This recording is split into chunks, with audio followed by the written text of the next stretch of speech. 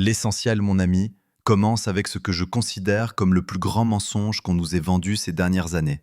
C'est une idée qui semble bonne en théorie, mais qui en pratique est un véritable poison pour l'attraction. On nous répète constamment que pour créer une connexion profonde avec une femme, je dois être un livre ouvert, lui montrer toutes mes blessures, mes doutes, mon côté le plus vulnérable. Je suis ici pour vous dire que c'est un piège très bien conçu, qui en réalité confond intimité et faiblesse. C'est pourquoi le premier secret, la pierre angulaire sur laquelle tout le reste se construit ou s'écroule, est le suivant. Je ne dois jamais lui confesser mes insécurités les plus profondes. Je sais ce que vous pensez. Vous vous dites, mais être honnête, c'est une bonne chose, n'est-ce pas? Comment va-t-elle avoir confiance en moi si je ne lui montre pas qui je suis vraiment? Écoutez-moi bien, il y a une différence fondamentale entre être honnête sur mes intentions, mes valeurs, mes objectifs, et une toute autre chose qui consiste à lui faire porter le poids de mes démons intérieurs. Quand je dis à une femme des choses comme « j'ai une peur terrible de ne pas être à la hauteur » ou « parfois j'ai l'impression que tout ce que j'ai construit peut s'effondrer et je ne saurais pas quoi faire », je ne crée pas une connexion.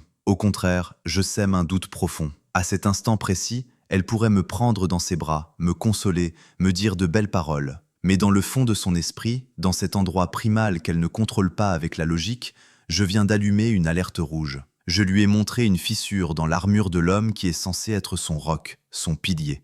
Et cette image, une fois créée, est presque impossible à effacer. Inconsciemment, elle va commencer à me tester, à remettre mes décisions en question, à se demander si je peux vraiment gérer la situation. Et quand la vie réelle frappe, quand les vrais problèmes arrivent, l'argent, la famille, l'avenir, à qui pensez-vous qu'elle va se tourner pour se sentir en sécurité? À l'homme qui lui a avoué que ses fondations tremblaient, ou à celui qui, malgré les difficultés, a toujours montré du contrôle et de la direction? C'est là que quelqu'un comme Machiavel rirait amèrement des conseils modernes. Il savait que le pouvoir et l'influence ne sont pas seulement la force que j'ai, mais la force que les autres perçoivent en moi. En lui livrant la carte de mes peurs les plus intimes, je ne suis pas authentique. Je renonce volontairement à mon pouvoir. Je lui donne, et au monde, la permission de douter de moi. Cela ne signifie absolument pas que je dois devenir un robot sans émotion. Cela signifie que je dois être sélectif et stratégique. Mes batailles internes, mes doutes existentiels, je les combats en silence dans mon propre terrain d'entraînement.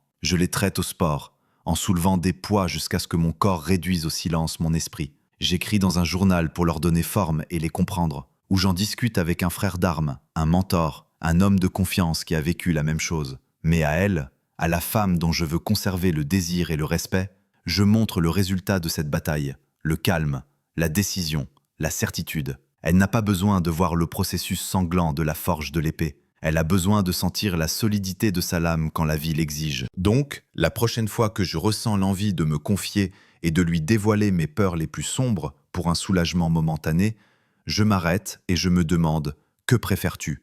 5 minutes de consolation ou une vie entière de respect et de désir ?» Ce que je viens de vous dire va à l'encontre de tout ce qu'on m'a programmé à croire. Si ça fait écho en moi, si une part de moi sait que c'est la vérité crue que personne n'ose dire, alors vous êtes au bon endroit. Abonnez-vous à cette chaîne, car ici, nous ne donnons pas des conseils pour plaire, nous donnons des stratégies pour gagner. Activez la cloche, car le secret suivant que je vais vous révéler est encore plus inconfortable à entendre et beaucoup plus puissant à appliquer. Maintenant que vous avez bien compris que mes peurs sont un territoire sacré que je ne dois pas partager à la légère, parlons de mon passé, de ma valeur tangible. C'est là que les femmes, avec une subtilité déconcertante, lancent leurs tests les plus aigus. Et il y a 2 questions, 2 sujets apparemment innocents qui sont en réalité des pièges mortels. Mon passé avec d'autres femmes et ma situation financière. Commençons par la première, cette question qui arrive tôt ou tard, généralement avec un petit sourire curieux. Et avec combien de femmes as-tu été? Attention, je vous le dis, il n'y a pas de bonne réponse à cette question. C'est un labyrinthe conçu pour vous perdre. Si je dis un chiffre élevé, une alarme se déclenche dans sa tête. Elle rira peut-être sur le moment, mais elle vient de me cataloguer comme un séducteur. Si je dis un chiffre bas, l'alarme est différente, mais tout aussi nuisible. Elle commencera à douter de ma valeur. Dans les 2 cas, j'ai perdu. Je lui ai donné des munitions contre moi. La vérité, c'est qu'elle ne se soucie pas du nombre. Ce qui l'intéresse, c'est de voir comment je réponds à la pression de sa question. Veut-elle tester mon cadre, ma sécurité? Est-ce que je deviens nerveux? Est-ce que je me justifie? Ou est-ce que je reste maître de moi, maître de la situation? Et ici, je veux faire une pause et vous poser une question directement. Il y a deux principales façons d'esquiver cette question. Je veux que vous votiez en commentaire. Quelle réponse vous paraît projeter le plus de pouvoir et de contrôle? A. La réponse mystérieuse avec une touche d'humour. B. La réponse directe qui discrédite la question. Écrivez A ou B en commentaire et expliquez brièvement votre choix. Je veux voir quelle stratégie préfèrent les hommes qui comprennent vraiment ce jeu. Pendant que je lis vos stratégies, je vous assure que le coup de maître n'est pas de mentir, c'est de dévier avec élégance. Une réponse type A, comme « J'ai eu assez d'expérience pour savoir exactement ce que je cherche », projette de l'expérience et des standards élevés. Une réponse type B, plus directe, comme « Mon passé ne définit pas notre futur », établit un cadre de sérieux. Les deux sont valides, mais la clé est de ne jamais donner un chiffre. Cela nous amène directement au deuxième champ de mine, l'argent. Que fais-tu dans la vie? Tu t'en sors bien? Une autre question qui paraît banale, une simple conversation, mais qui est en fait une évaluation profonde. Et ici, la même erreur, être trop spécifique. Si je gagne peu, elle peut me considérer comme limitée. Si je gagne beaucoup, ses attentes peuvent s'envoler et je deviens une sorte de distributeur automatique. Machiavel avertissait les princes de ne jamais révéler la taille exacte de leur trésor, car la perception du pouvoir influence plus que le pouvoir réel. Elle n'a pas besoin de connaître le solde de mon compte. Elle a besoin de sentir que je suis un homme avec une direction claire. Plutôt que de donner un chiffre, je dois donner une vision. Je me débrouille assez bien pour prendre soin des miens, et je suis concentré à construire quelque chose de beaucoup plus grand. Au final, mon passé amoureux comme mon argent ne sont que des données. Mais dans le jeu de l'attraction, les données sont des armes, et un stratège ne donne jamais ses armes à l'adversaire. Nous avons parlé de protéger ma valeur, mais il y a quelque chose d'encore plus intime et dangereux à révéler. Les cicatrices que d'autres m'ont infligées. Dans le prochain épisode, je vous expliquerai pourquoi raconter comment on m'a trahi dans le passé et l'erreur qui me transforme à ses yeux de guerrier en victime. Et les victimes, mon ami, personne ne les désire. Comme je l'ai annoncé, il y a un piège qui fait passer un homme prometteur pour un cas de charité aux yeux d'une femme. C'est de raconter en détail comment d'autres femmes m'ont trahi dans le passé. Je comprends parfaitement pourquoi on fait ça. C'est presque instinctif. On croit qu'en ouvrant cette vieille blessure et en disant « mon ex m'a trompé » ou « elles m'ont utilisé pour mon argent », on est vulnérable d'une manière qui génère la confiance. On pense qu'elle verra mon honnêteté, qu'elle ressentira de l'empathie et qu'elle se dira « je ne suis pas comme elle, moi, je ne lui ferai jamais ça ». C'est une logique qui semble sensée en surface, mais c'est une des pires stratégies que je puisse adopter. Je lui remets mon pouvoir sur un plateau d'argent. Croyez-moi quand je vous dis ça, la compassion qu'elle pourrait ressentir à ce moment est fugace, mais le doute que je plante est permanent. Dans le tribunal de l'attraction, je ne me présente pas comme un survivant honorable, je me présente comme une victime. Et dans le code génétique d'une femme, l'attirance pour la victimisation est pratiquement nulle. Au lieu de penser « pauvre gars, combien il a souffert », son subconscient, cette partie animale et brutalement honnête qui gouverne le désir, se demande « pourquoi l'ont-elles trahi si ces femmes ne l'ont pas respecté? Si elles ne l'ont pas suffisamment apprécié pour lui être fidèle, qu'est-ce qu'elles ont vu que moi je ne vois pas encore? Y a-t-il en lui une faiblesse qui le rend facilement jetable? Elle ne me le dira pas en face, bien sûr. Elle me tapera gentiment dans le dos, mais la graine du mépris est déjà plantée. J'ai changé le cadre de la relation. Je ne suis plus le prix, l'homme solide qu'elle cherche à conquérir. Je suis devenu un projet de réparation, et une femme peut aimer rénover une maison, mais elle ne veut pas devoir reconstruire son homme. Un stratège comme Machiavel ne conseillerait jamais à un prince de pleurnicher en public sur les conspirations qu'il a subies. Vous imaginez un roi raconter à ses sujets comment ses généraux l'ont trahi? Il détruirait immédiatement le moral et la perception de son pouvoir. Au contraire, le prince malin apprend en silence de la trahison, renforce ses défenses, élimine les menaces sans faire d'histoire et projette une image encore plus inexpugnable qu'avant. Il transforme la blessure en leçon de pouvoir, pas en anecdote pour susciter la pitié. Mon passé est exactement pareil. Les trahisons que j'ai subies sont des médailles de guerre qui m'ont rendu plus fort, plus sage, plus sélectif. Je les porte dans le silence et la dignité. Je ne les exhibe pas comme des lambeaux ensanglantés. Si le sujet vient à être abordé, si elle demande les relations passées, la stratégie n'est pas de mentir, c'est de redéfinir. Je ne parle pas de la douleur, je parle de la leçon. Au lieu de dire « elle m'a trompé et brisé », je dis quelque chose comme « cette expérience a été essentielle pour m'apprendre la valeur de la vraie loyauté. Grâce à ça, je sais aujourd'hui clairement ce que je ne tolère pas et ce que je cherche chez une compagne. » Vous voyez l'abîme de différence? Dans le premier cas, je suis l'homme qui a été blessé. Dans le second, je suis l'homme qui a utilisé le feu pour se forger. Mon histoire m'appartient.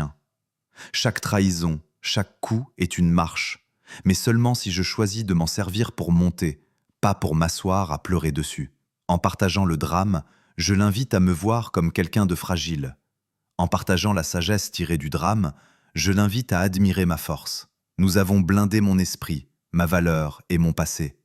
Le château semble sûr, mais qu'en est-il de l'ennemi qui vit à l'intérieur des murs? Qu'en est-il des batailles que je mène contre moi-même?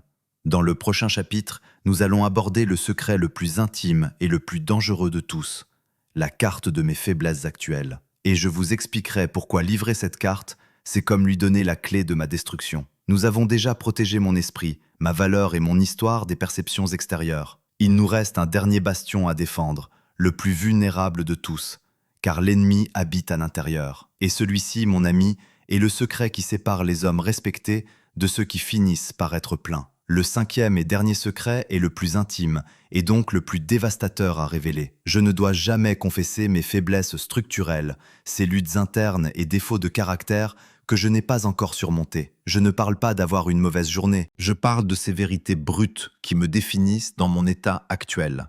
Des phrases comme « il me manque de discipline »,« je commence toujours des choses sans jamais les finir »,« je ne peux pas me contrôler avec la nourriture ou l'alcool », « je suis trop paresseux pour poursuivre mes objectifs » ou « j'ai l'impression de ne pas contrôler ma propre vie ».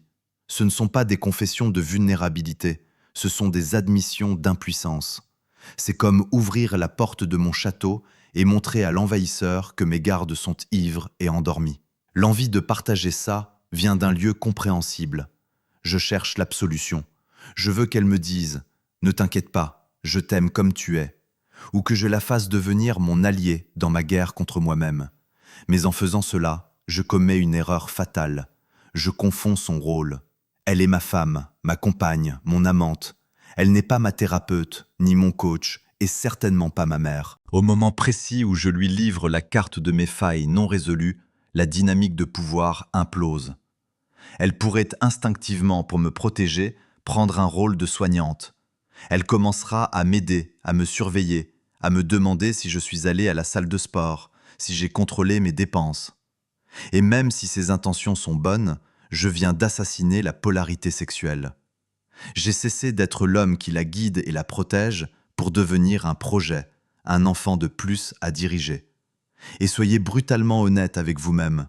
Une femme peut ressentir un amour profond pour son fils, mais elle ne ressentira jamais de désir sexuel pour lui. Le désir exige de l'admiration, et il est impossible d'admirer un homme qui n'est pas maître de lui-même. La philosophie d'un stratège comme Machiavel repose sur un principe fondamental. Pour gouverner un État, je dois d'abord avoir un contrôle absolu sur mes propres domaines. Un prince qui ne peut pas étouffer les rébellions dans son propre palais n'a pas l'autorité pour conquérir de nouvelles terres. Je suis le prince de ma vie. Mes faiblesses, mes addictions, mon indiscipline, ce sont mes rébellions internes. Mon devoir n'est pas d'aller pleurer devant la reine à propos du chaos dans mes appartements. Mon devoir, c'est de fermer la porte, de mener cette guerre sanglante en privé et de ne sortir de cette pièce que quand la rébellion est écrasée et l'ordre rétabli. Le travail se fait dans l'ombre pour que les résultats brillent à la lumière. Je ne dis pas j'essaie d'arrêter de procrastiner. Un jour, elle remarque que mon business grandit, que je me lève plus tôt, que je respecte ma parole. Je ne lui dis pas je veux me mettre en forme. Simplement, au fil des mois, elle voit mon corps changer. Les actions sont le seul langage du véritable pouvoir. Le respect ne se demande pas. Il s'impose par l'exemple silencieux de la maîtrise de soi. Une cicatrice est une histoire de victoire. Une blessure ouverte est un signe de faiblesse actuelle.